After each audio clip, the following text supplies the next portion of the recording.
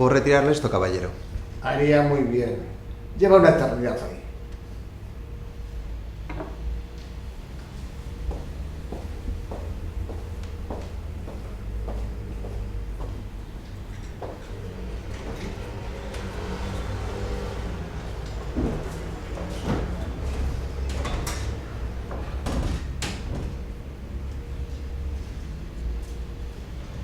¿Podría ayudarlo en algo, señor?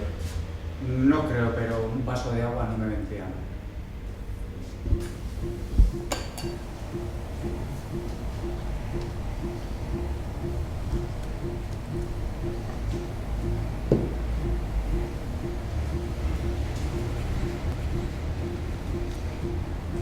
¿Está buscando a alguien?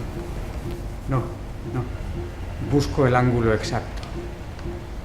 ¿Cómo? Yo morí ahí. Disculpe.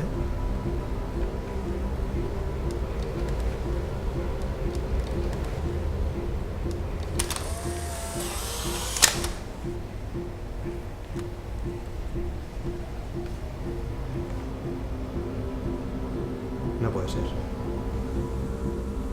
Sí, sí puede ser. Llevo muerto 6 años. No puede ser. Yo también morí ahí.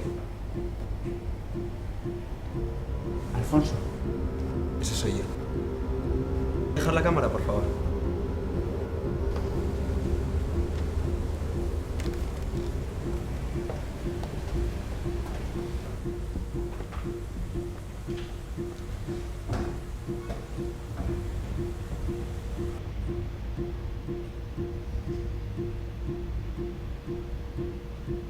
Siento interrumpir, pero